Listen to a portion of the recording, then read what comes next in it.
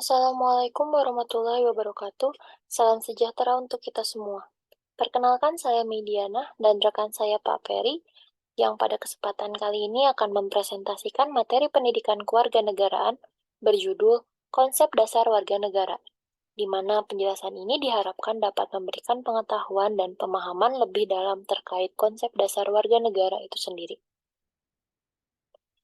Sekian pembukaan dari kami, mari kita masuk ke pembahasannya.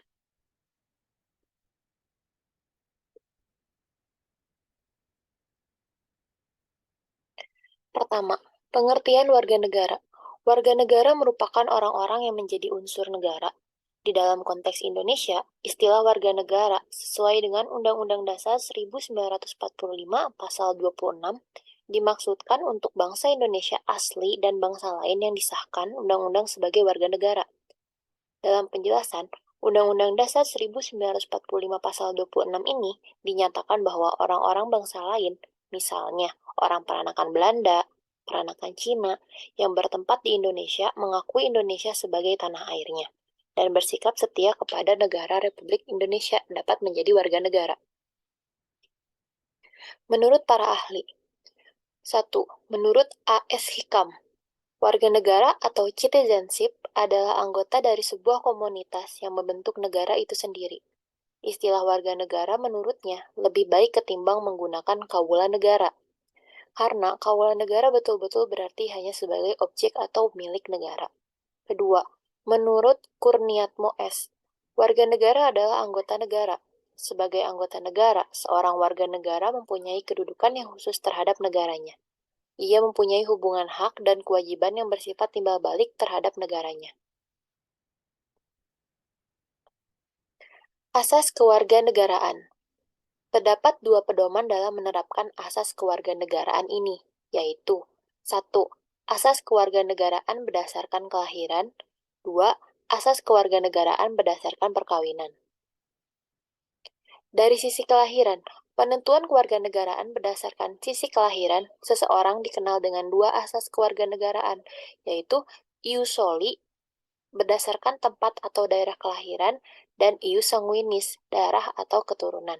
Pada awalnya, asas kewarganegaraan hanya menggunakan ius soli. Namun, karena semakin tingginya tingkat mobilitas manusia, maka diperlukan asas lain yang tidak hanya berpatokan kepada tempat kelahiran saja. Ditambahkannya asas lain ini juga didukung oleh maraknya orang tua yang memiliki status kewarganegaraan yang berbeda, sehingga ditambahkannya asas lain, yaitu ius sanguinis.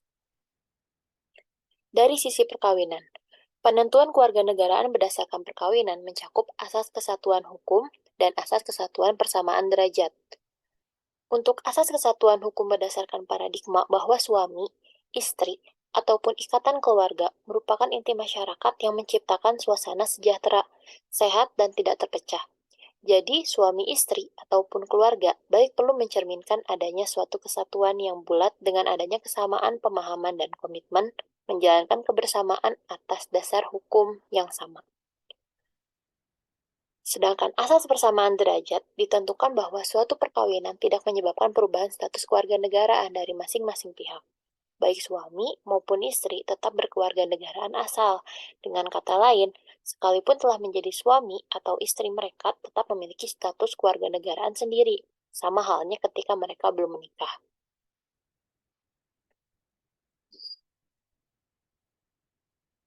Selanjutnya akan dijelaskan oleh rekan saya, Pak Peri. Silahkan.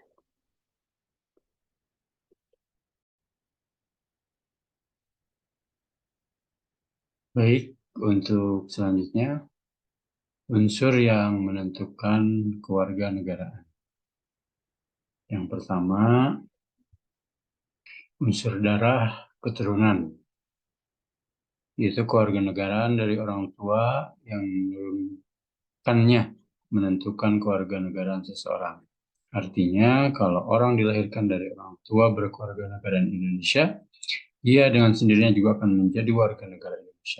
Negara yang menganut asas ius sanguinis adalah Belanda, Indonesia, Inggris, Jerman, Korea Selatan, Filipina, Portugal, Spanyol, Turki, dan juga Yunani. Yang kedua, unsur daerah tempat kelahiran. Daerah tempat tinggal atau tempat seseorang dilahirkan menentukan kewarganegaraannya. Misalnya, orang yang dilahirkan di dalam daerah hukum Indonesia, dia dengan sendirinya menjadi warga negara Indonesia, terkecuali anggota korps diplomatik dan anggota tentara asing yang masih dalam ikatan dinas. Negara yang menggunakan asas ini adalah Argentina, Meksiko, Brazil, Kanada, Jamaika, dan Amerika Serikat. Dan yang ketiga, unsur kewarganegaraan. Unsur kewarganegaraan atau naturalisasi. Orang asing dapat memperoleh kewarganegaraan atau naturalisasi setelah memenuhi syarat dan ditetapkan dalam peraturan perundang-undangan. Persyaratan dan prosedur naturalisasi dapat berbeda sesuai dengan kebutuhan dari masing-masing negara. Dalam hal kewarganegaraan ini, ada yang aktif, ada pula yang pasif. Dalam kewarganegaraan yang aktif, seseorang dapat menggunakan hak opsi untuk memilih atau mengajukan kehendak menjadi warga negara dari suatu negara. Adapun dalam kewarganegaraan pasif, seseorang yang tidak mau menjadi warga negara dari suatu negara dapat menggunakan hak repudiasi mereka. Hak repudiasi yaitu hak untuk menolak pemberian kewarganegaraan. Poin 4, masalah status kewarganegaraan. Pertama, jika diamati dan dianalisis di antara penduduk sebuah negara adalah merupakan bukan warga negara atau orang asing di negara tersebut yang biasa dikenal dengan apatrid, bipatrid, dan multipatrid. Apatrid merupakan istilah untuk orang-orang yang tidak mempunyai status kewarganegaraan. Bipatrid merupakan istilah yang digunakan untuk orang-orang yang memiliki status kewarganegaraan rangkap atau dengan istilah lain dikenal dengan kewarganegaraan. Poin berikutnya, multipatrid adalah istilah yang digunakan seseorang yang memiliki lebih dari 2 kewarganegaraan. Kemudian masalah yang kedua, kasus orang-orang yang tidak memiliki kewarganegaraan merupakan sesuatu yang akan mempersulit orang tersebut dalam konteks menjadi penduduk atau suatu negara karena mereka dianggap sebagai warga asing. Nantinya mereka wajib mengikuti peraturan perundang-undangan bagi orang asing sehingga kehidupan mereka akan terbatasi. Masalah ketiga, kasus kewarganegaraan dengan kelompok bipatrid merupakan kelompok status hukum yang tidak baik karena dapat mengacaukan keadaan kependudukan kedua negara. Itulah sebabnya tiap negara menghadapi masalah ini dengan tegas dan mengharuskan orang-orang terlibat untuk memilih salah satu kewarganegaraan. Kasus ini sering terjadi pada penduduk yang tinggal di daerah perbatasan antara dua negara. Poin kelima, itu karakteristik warga negara yang demokratis. Pertama, rasa hormat dan tanggung jawab. Kemudian yang kedua, bersikap kritis. Yang ketiga, membuka diskusi dan dialog. Kemudian yang keempat, bersikap terbuka. Yang kelima, rasional. Dan yang terakhir adalah adil. Di karakteristik warga negara yang demokratis ada 4 hal.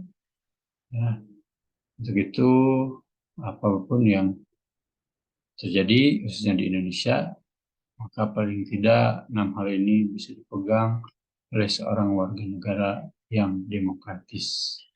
Demikian yang bisa disampaikan. Terima kasih. Bila taufiq wal hidayah. Assalamualaikum warahmatullahi wabarakatuh.